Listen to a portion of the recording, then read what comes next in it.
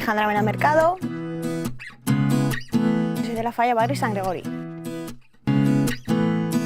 26 años.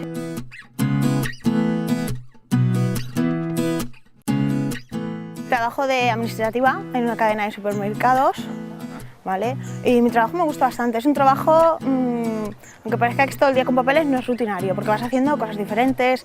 Es un edificio muy grande, tratas con mucha gente. Ordenar para mi trabajo sí.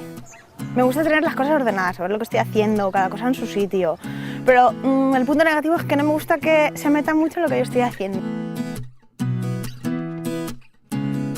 Hay fines de semana que sales de fiesta, hay fines de semana que en verano que te quedas en algún chalet con algún amigo, en la piscina. También me gusta algún domingo, algún fin de semana.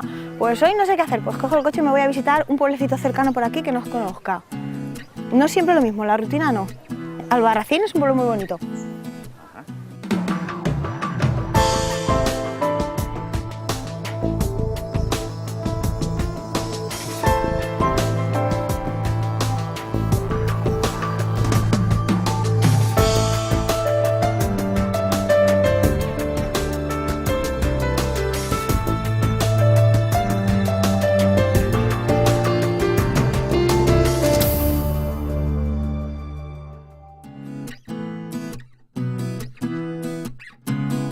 El torrent de mi infancia era en el barrio.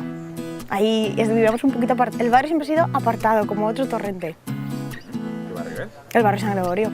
Sí, ahí tenemos personalidad propia. Aquello es de, mami, me voy a la calle, y era como verano azul, pasarte todo el día en la calle. Creo que soy bastante flexible, que me acoplo a todo. Si hay que hacer una cosa, se hace. Hombre, al principio siempre te lo piensas y dices, no, pero siempre terminas haciéndolo. El genio. Tengo mucho genio.